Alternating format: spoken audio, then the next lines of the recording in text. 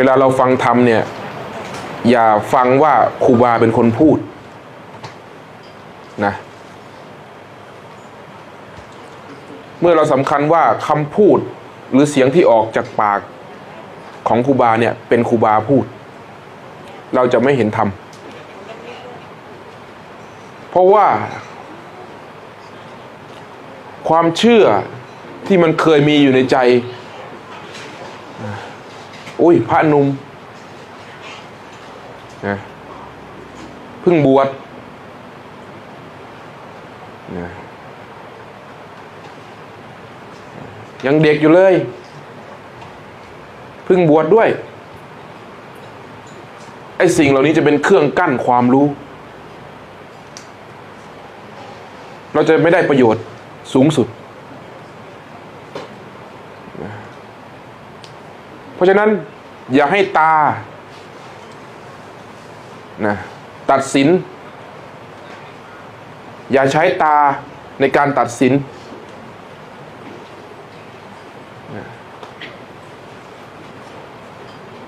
ลองคิดว่าเสียงที่ครูบากำลังพูดอยู่นี่ไม่ใช่ครูบาพูดนะ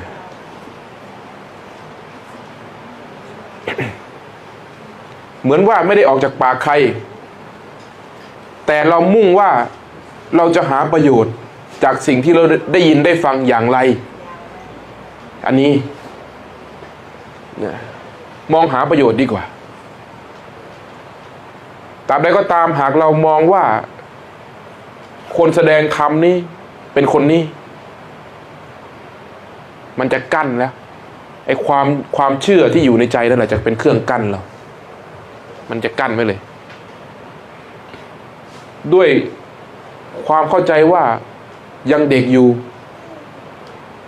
ด้วยความเข้าใจว่ายังเป็นพระใหม่อยู่แน่นอนว่าสิ่งเหล่านี้จะเป็นเครื่องกั้นนะบุคคลใดที่แสวงหาประโยชน์นะผู้ฉลาดย่อมหาประโยชน์ได้จากทุกสิ่ง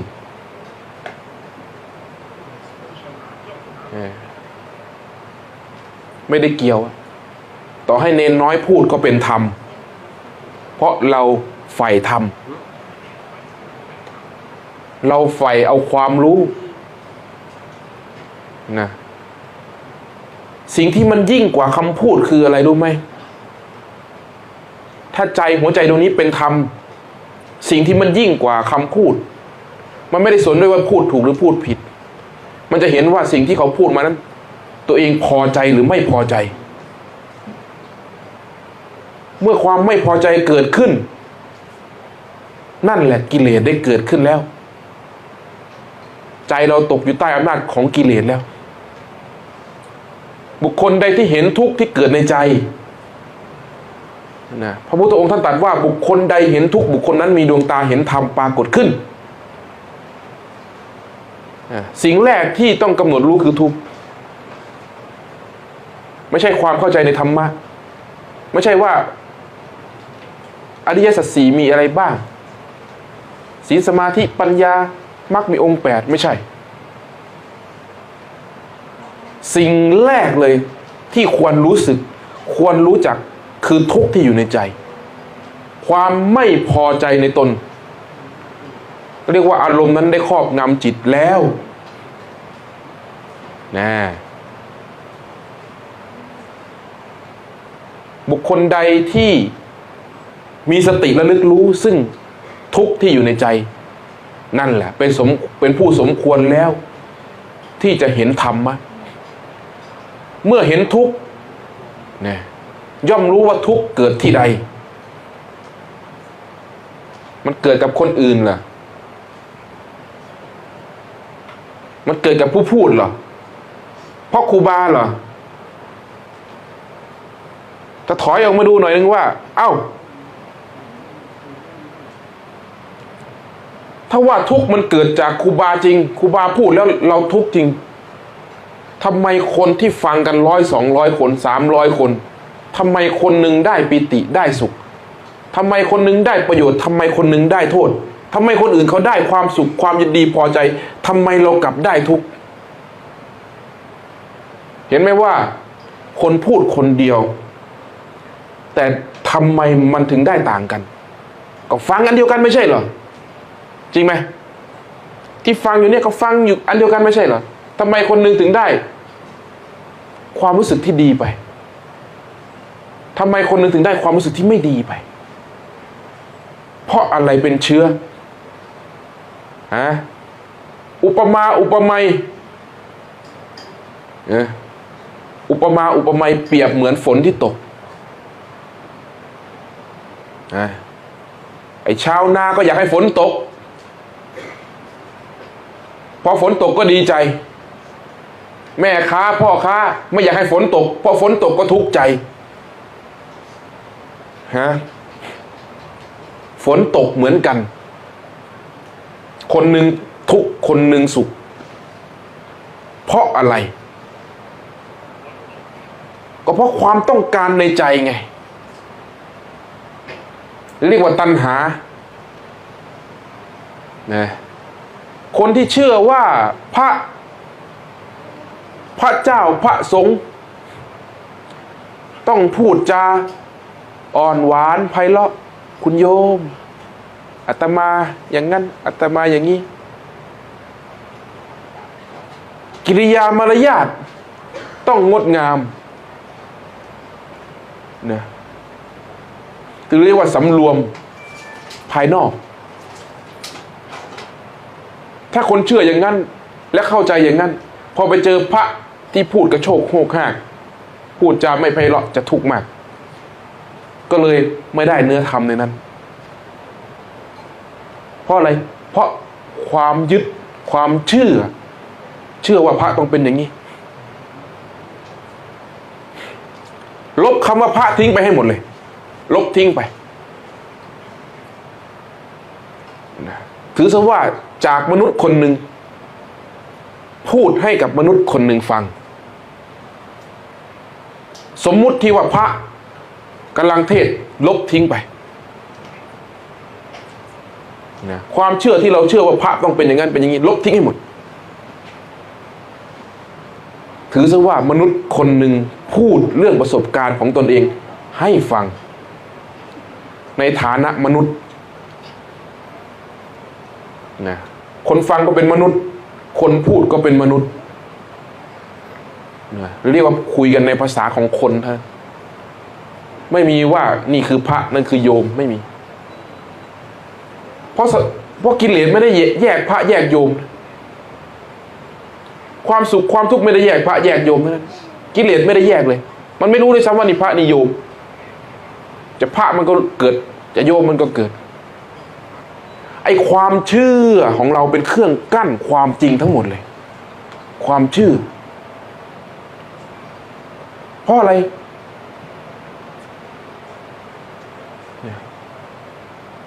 เพราะการได้ยินได้ฟังด้านเดียว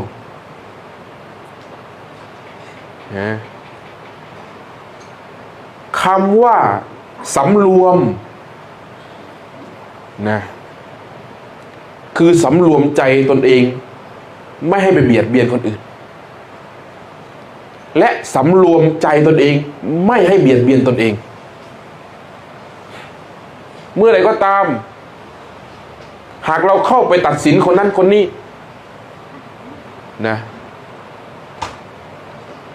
ถ้าเราพูดออกมานั่นเราเบียดเบียนเขาโอ้ยนั่นของปลอม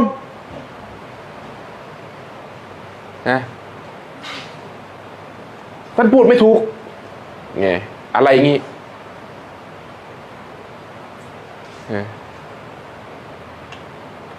เมื่ออะไรก็ตามถ้ารู้สึกไม่พอใจแต่ไม่พูดออกมานั่นเบียดเบียนตนเองเบียดเบียนตนเองแต่ไม่พูดคนอีกคนนึงไม่สามารถรับรู้ได้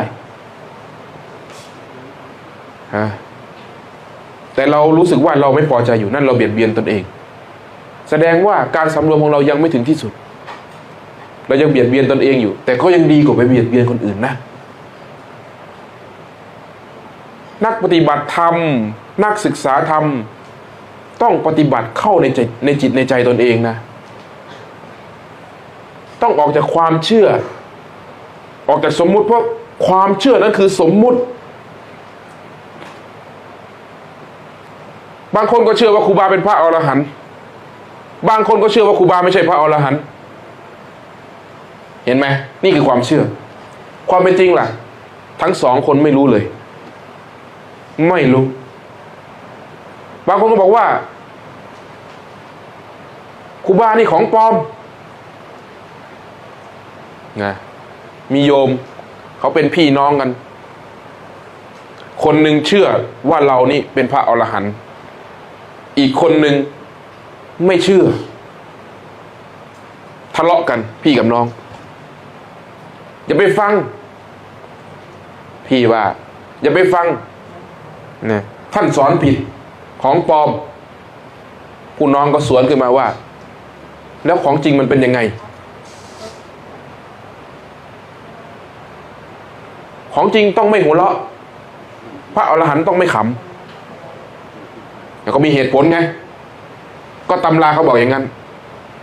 พระอรหันต์นี่จะไม่ขำจะไม่ขำเหมือนเด็กโอ้หลวงตานี่คงของปลอมเลยล่ะดีนะหลวงตาไม่ใช่พระอรหันต์หลวงตาบอกกูไม่ใช่พระอรหันต์เพราะกูขำนี่นะ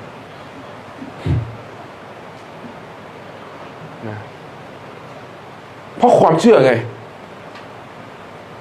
ถึงบอกว่าบางคนก็เชื่อว่าครูบาเป็นพระอรหันต์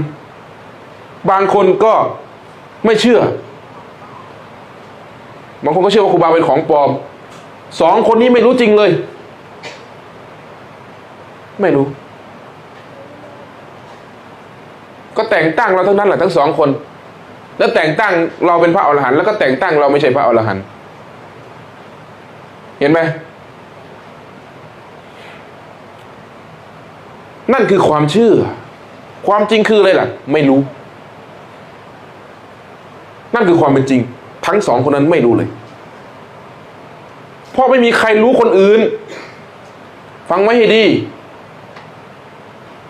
ไม่มีใครรู้จักคนอื่นหรอกสิ่งที่เรียกว่าปัจจตังจะเกิดขึ้นกับตนเท่านั้นเป็นความรู้จริงในตนเท่านั้นทุกข์ที่เกิดกับเรานี่ปัจจตังแล้วสุขที่เกิดกับเรานี่ปัจจตังแล้วอากัปกิริยาต่างๆที่เกิดกับเรานี่เป็นของปัจจตังรู้จริงๆเราเจ็บท้องนี่ปัจจตังเราโกหกหรือไม่โกหกนี่ปัจจตังคือเรารู้จริงๆอ่ะต่อให้เราโกหกตัวเองเราก็รู้อยู่ว่าเราโกหกตัวเองจริงไหมเราขี้เกียจเราก็รู้นะเรารู้เลยแต่เราไม่สนใจต่างหากเราไม่สนใจเรายอมเราพร้อมที่จะขี้เกียจอะไรเงี้ย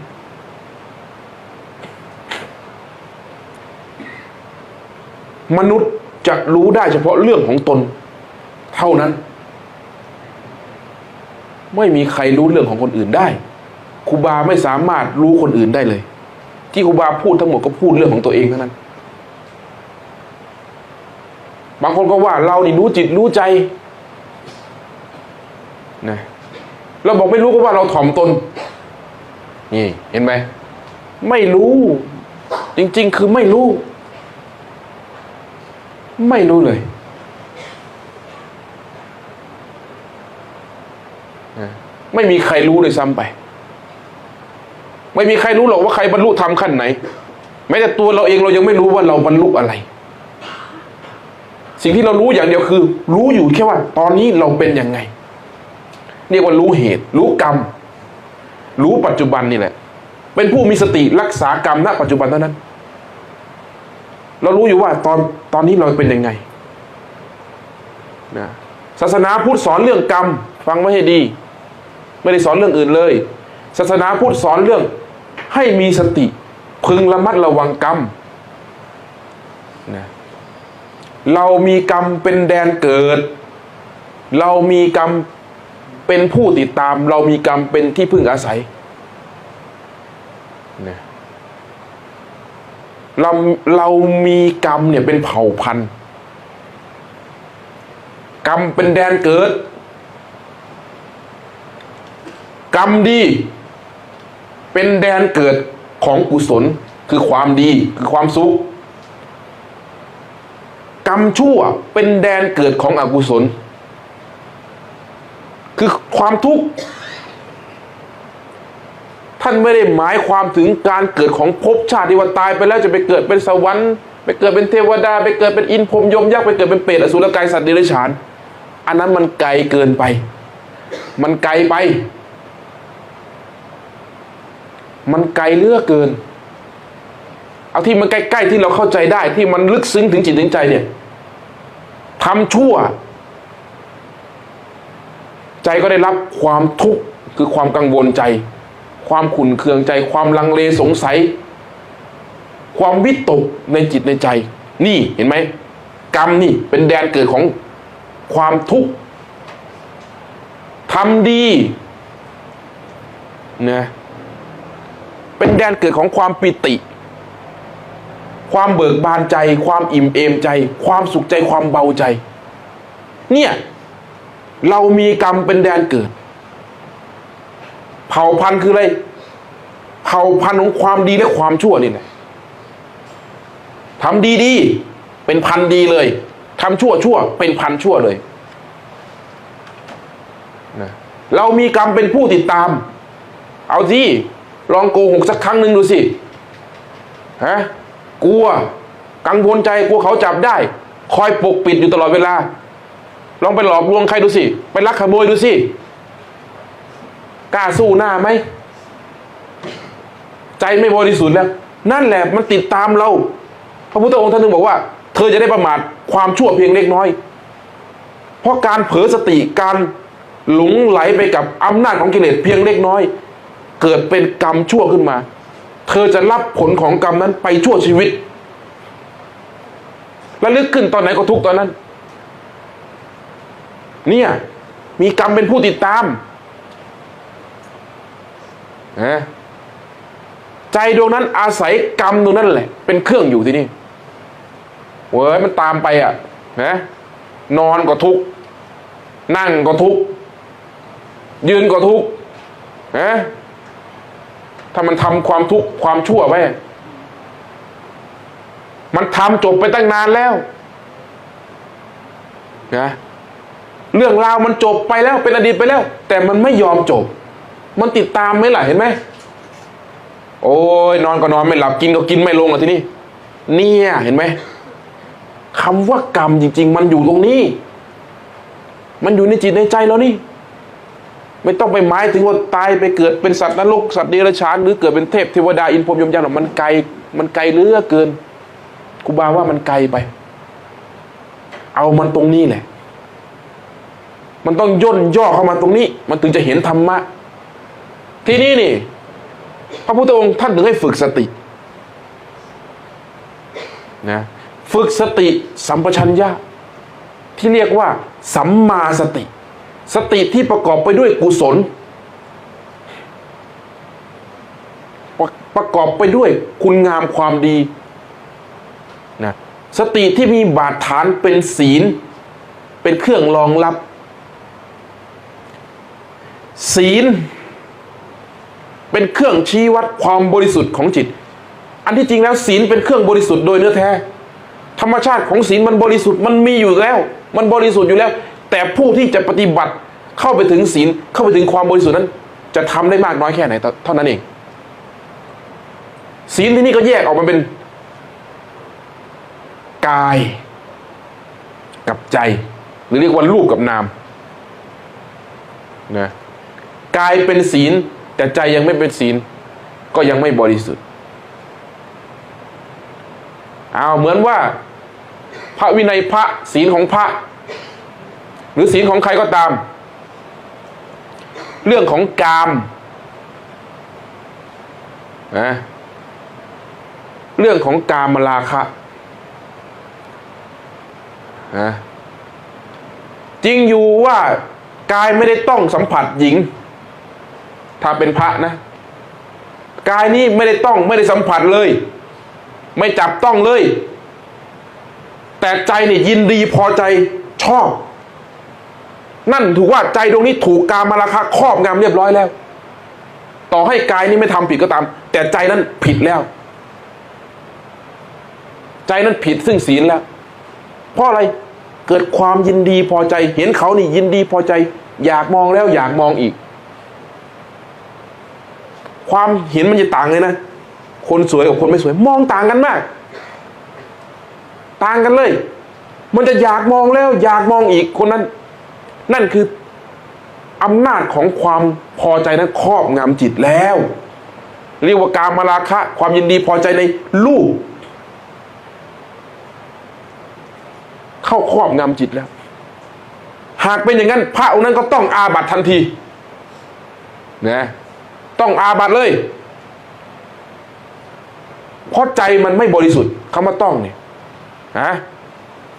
เพราะศีลนี่เป็นเครื่องรักษาใจให้เข้าสู่พรหมจรรย์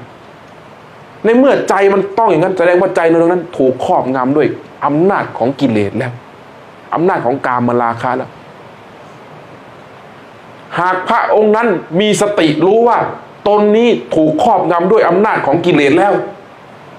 ท่านจึงกลับมารักษาใจท่านนั่นคือผู้ปฏิบัติเห็นไหมว่าความบริสุทธิ์ที่แท้จริงมันบริสุทธิ์ที่ใจไม่ใช่ที่กายฮะใจต่างหากแต่ว่าพระไม่จับเงินอย่างเงี้ยเอาจับใบภาวนาจับเอาใส่ซองขาวใส่ย่ามฮะพอถึงที่รับตาคนเอาออกมานับเงี้ยเหรอคนที่ไม่จับเงินจับใบภาวนานะในใบภาวนานั้นไม่ได้เป็นแลกเอาเงินก็ทุกได้น้อยได้มากก็ทุกเฮ้ยถวายมาแค่500ทำไมคนนั้นได้ตั้ง1,000เนี่ยคือใจมันต้องเงิน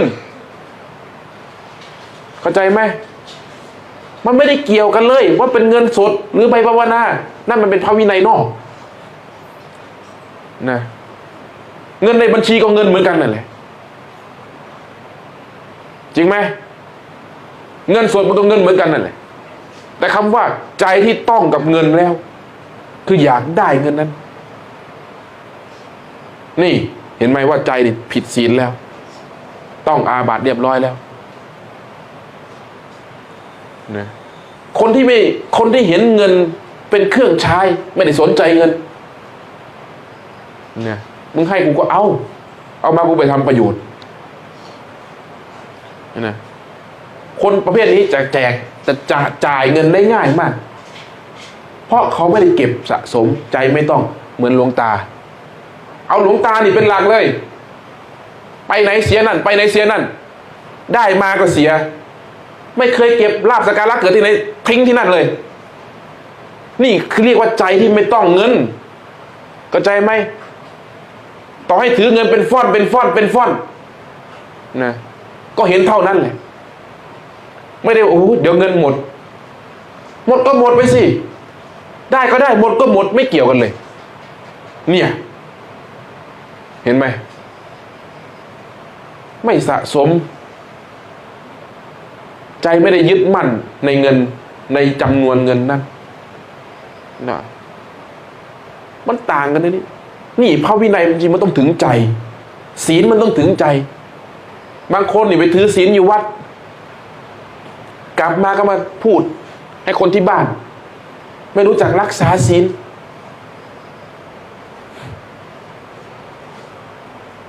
เห็นคนฆ่าสัตว์ก็ไปตำหนิแล้วบาปว่าตนเองต่างหากที่ไม่รู้จักสำรวมระวังใจตนเองนะเอาความรู้ความยึดของตนไปตัดสินคนอื่นแล้วนั่นไม่ใช่ศีลหรอกถือแค่ข้อของศีลแต่เข้าไม่ถึงศีลนะเข้าไม่ถึงเลยอย่างนั่งอยู่เงี้ยมาวัดมาวาเนี่ยมีเยอะเหตุการณ์อย่างนี้เยอะและคนเป็นเยอะ โทรศัพท์ดังขึ้นตริงตริงตานี่ขวับเลยขวางด้วย ไม่มีมารยาทนู่นฮะเห็นไหมแต่เรากลับไม่เห็นว่าเรากำลังไปเสือกเรื่องของเขาแล้วเราไม่เห็นเลยว่านี่เราทุกข์แล้วเราไม่พอใจแล้วเราถึงไปตำหนิเขาถ้าคนมีสติมีปัญญาจะเห็นเลยว่าอุ้ยทำไมเราไม่พอใจเพราะเหตุใดแค่เสียงโทรศัพท์เองทำไมมันทำลายความรู้สึกเราได้ขนาดนี้ทำไมมันทำให้เราไม่พอใจได้ขนาดนี้เพราะอะไรมันจะมองตนเองก่อนเสมอนะแล้วมันจะมองให้โอกาสคนอื่นเสมอเขาคงไม่ตั้งใจ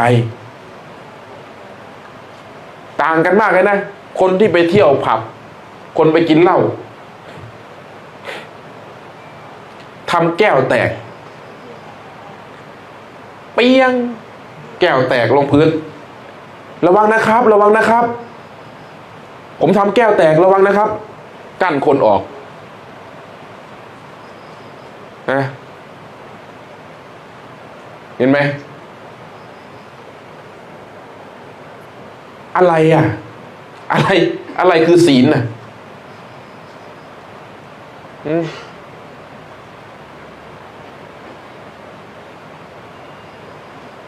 อะไรคือความจริง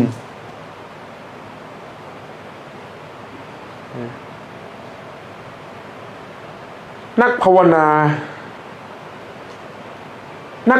าจริงๆเนี่ยนะจะรู้เรื่องของตนเองเท่านั้นกายเวทนาจิตธรรมหรือเรียกว่าสติปัฏฐานสี่ก็รู้ในเรื่องของตนเองเท่านั้นกายมีสติระลึกรู้ซึ่งในกายนี้ประกอบไปด้วยธาตุสี่นะจะเป็นรู้สึกในกายนี้ความรู้ไม่ส่งออกเกินไปเส้นขนรู้ร้อนรู้หนาวก็รู้ของกายรู้ลมเข้ารู้ลมออกก็รู้ของกายเห็นไหมว่ารู้ลมเข้ารู้ลมออกนี่เรียกว่ารู้ธาตุลมซึ่งอยู่ในกายรู้ความร้อนในกายรู้สึกว่ากายนี่ร้อนรู้สึกว่ากายนี่เย็นซาบซ่านก็รู้เรื่องของธาตุไฟเห็นไหมรู้ว่าหนักรู้ว่าเบาก็รู้เรื่องของธาตุดิน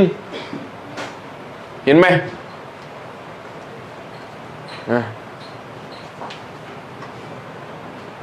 มันเป็นธาตุที่อยู่ในกายนี่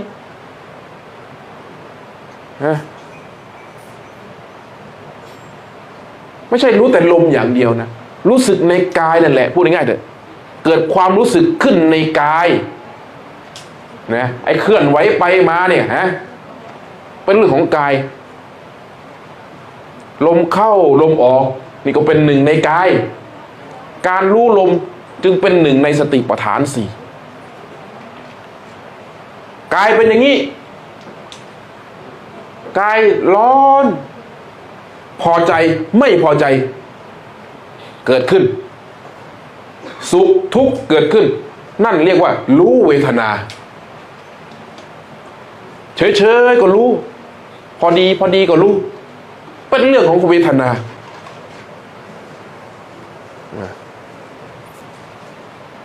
เห็นความคิดเกิดเห็นความคิดดับคิดเปลี่ยนไปเปลี่ยนมาคิดนั่นคิดนี่เห็นมันคิดเห็นมันหยุดคิดก็รู้เรื่องของจิตนะรู้อาการของจิตเห็นความจริงเท่าที่มันเป็นร้อนก็รู้ว่าร้อนหนาวก็รู้ว่าหนาวเจ็บก็รู้ว่าเจ็บไม่เจ็บก็รู้ว่าไม่เจ็บลมเข้าก็รู้ลมเข้าลมออกก็รู้ลมออกเห็นเท่านั้นนั่นก็เรียกว่าเห็นความจริงตามความเป็นจริงนั่นก็เรียกว่าเห็นธรรมรู้ธรรมกายเวทนาจิตธรรมจึงอยู่ในกายนี่ยังอยู่ในเรานี่อยู่ในรูปและนามนี่